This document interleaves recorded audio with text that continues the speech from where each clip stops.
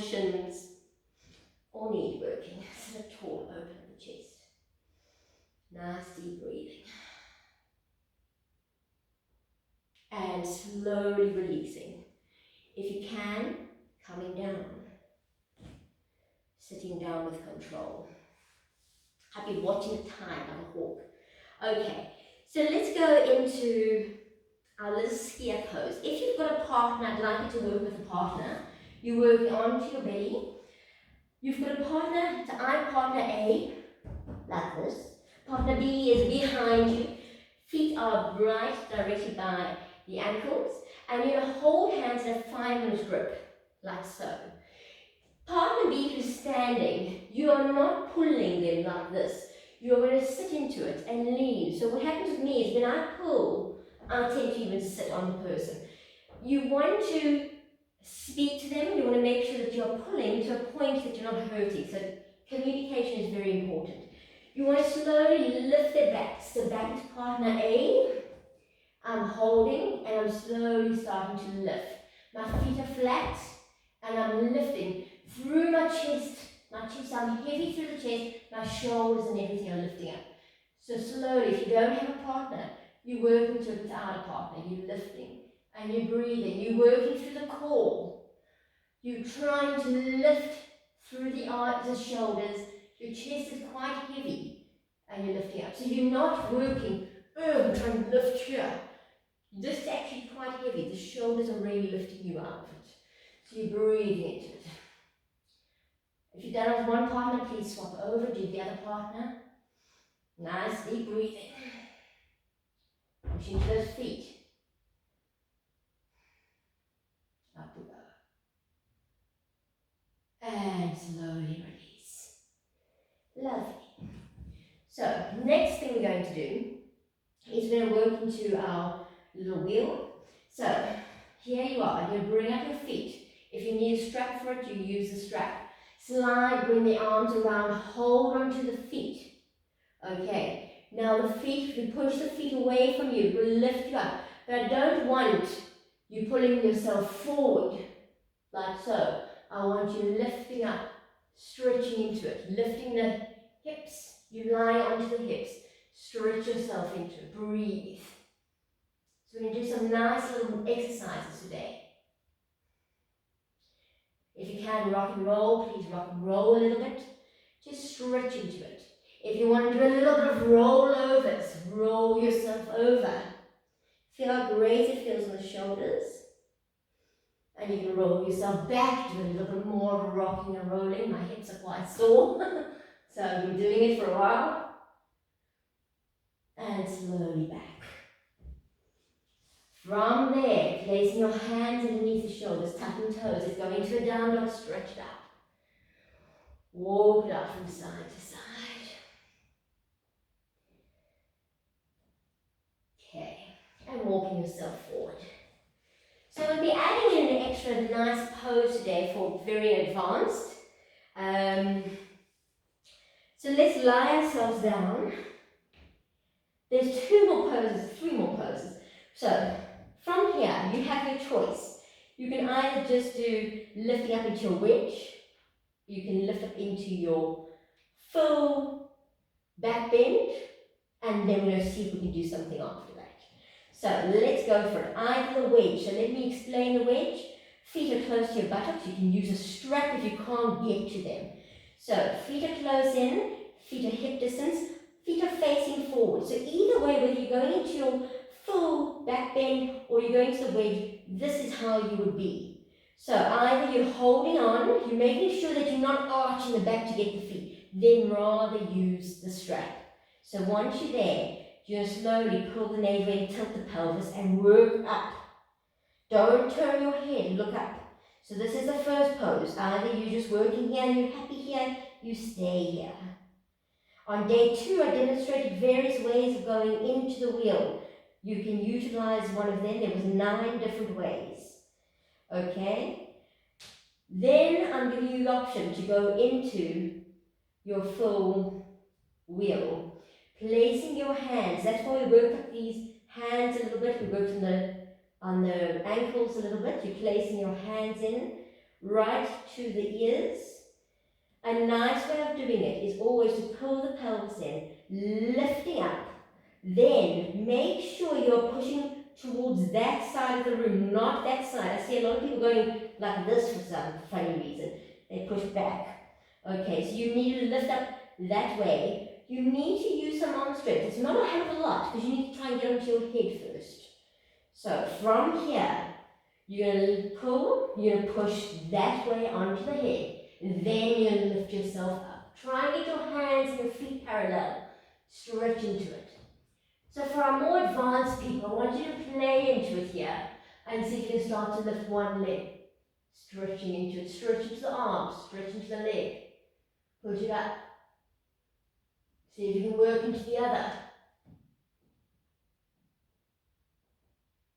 Placing it down. See if you can walk the feet a little bit closer. Stretch and lift. I want you just to play into the pose a little bit more. So I'm going to give you a moment just to play with it. Work into it with a little bit more fun. So hang out there. Give you a moment. And I actually forgot something. My goodness, I've never done this. Let me quickly just grab one thing. My word.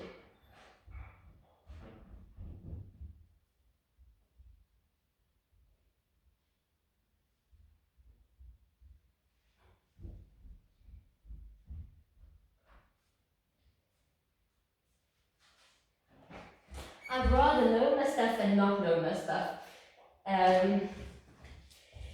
So carry on trying it out, working into your back bends, and then I want to show you the next thing we're going to try and work into,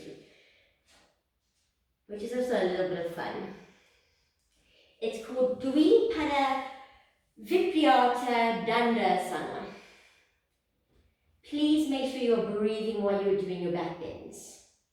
I felt I got up too quickly and I've got a little bit of a headache, so make sure that you are working into your breath and you're breathing nice and deeply. So keep working into it. So while we do that, I'm just setting up for our next exciting pose. This one is something I would prefer if you try with somebody, or if somebody's there with you. I'm not the best to be doing it, but I believe in trying things and having fun. So, as I said, it's called Dvipada Viprata Dandasana. So, Dvi means two.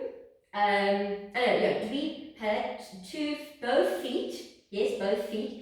Viprana inverted, and Danda is staff, which is a straight pose. So literally we're going to be going into our Sirsasana, which is our head balance. Then slowly taking both legs over into a back bend. So ideally you want to go down, somebody should help you go down. I'm going to kind of just fall over. You can do it. The nice way of doing it is if you go onto a couch, if you put your feet onto the couch, or because then you've got like a little bit of a higher surface to fall onto. That's what I would recommend. Or if someone just helps you fall back. So I'm going to demonstrate to the best of my knowledge. I have done it once before, twice before. Someone helped me the first time. The other time was yesterday, fiddling. And then I thought, like, I won't try it out more because I did it okay. I don't want to overdo it and then hurt something. So let's give it a go, a little bit of fun. So obviously going into my head balance, you know how to get into a head balance. It must be correct alignment. Foundation is the most important. So elbows directly underneath the shoulders. Your hands coming to prayer, hands into together, baby fingers tucked under, thumbs are up. You've got a little egg in between there. Your head going down, shoulders are clasped. I'm going to go up into my head balance, make sure that I've got nice alignment. So legs straight or going up bent, whatever you prefer. Get my head balance. Once I'm comfortable there, control, to slowly start to allow myself to move over. So slowly, keeping my elbows where they are. So I want to try and keep myself onto the floor. There we go. And there we are. So there's my pose. So this is Dvipadasana. Obviously, you want to try and work into it as much as possible. I don't feel the blanket's a little bit of a problem. So if I didn't have the blanket there, I could probably kick back over, but the blanket keeps moving. The blanket wasn't there, I would be able to kick over, but still. It's a great little pose. It's a very nice way to work into it. And there's also nice poses where we can take that and we can work into other poses, like Supta Virasana, so Kaputtanasana is another one where you'd like to place your feet together. I just want to show you some nice variations because we've worked on our back so nicely, is working with the knees together. You've got your knees together. If you need to tie them together, please do. Slowly working yourself back, placing yourself down. So there's two poses here that you could work into. The one, you're trying to keep the back down, okay? The other one, you're trying to lift through the back and place the head down and slowly work the arms. So this is great if people have wheels. They can place their wheels and they can slowly start to work their wheels under here and allow the head to go down and their arms to come down underneath. So there's various ways of doing it. You've worked on your back, play around in these poses. They are great poses, especially for rounding the back, working into it. You've nicely spread, you've nicely pushed your legs, especially in the different Vipadrasanas we've done, the warriors, and so on. Most importantly, remember, after doing all these back bends, I need you to do a couple of either down dogs or a nice handstand to just come back to space. So there's your handstand. Okay, so just stretching it out. You can go into a down dog, whatever you need. And then slowly, you can pause here, do what you want to do. We're going to come lying down and just relaxing into it. So here's our time. Need to finishing up.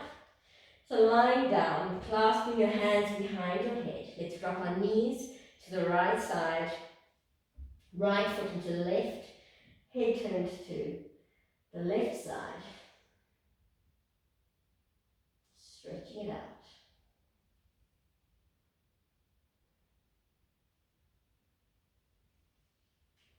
Placing back down, right foot, dropping over to the left side, left foot, right knee, turn your head to the right side.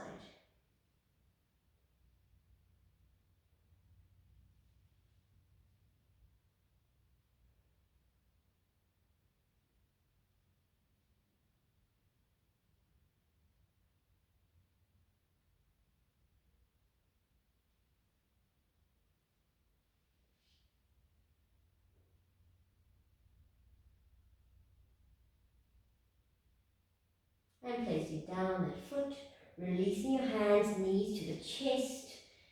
Make sure your back is nice and flat, relax it down, make sure the shoulders down, the tailbones down, then move into your happy baby. Once you're there, get your back flat like it's a square and all four sides down to the floor. You can rock and roll a little bit. And then most importantly, have a stretch. You'll feel what your body needs to stretch. So just feel it out. See what needs to go. And then you can go into your relaxation. I recommend not doing meditation after you've done back bends because your body is so hyper right now. And if you do meditations, it's not really going to work. It's going to be working right against what you've done. So please just lie down for 5 minutes in Savasana, calm the body, and then you'll have lots of energy to do what you need to do. So close your eyes, palms facing up. Just read your little quote to finish off with. Strength doesn't come from what you can do. It comes from overcoming things you once thought you couldn't do. May there be peace to the north, peace to the south, peace to the east, peace to the west, peace above, peace below, peace within and peace without, and most importantly, peace with you and your family. Om Shanti Shanti Shanti. Namaste.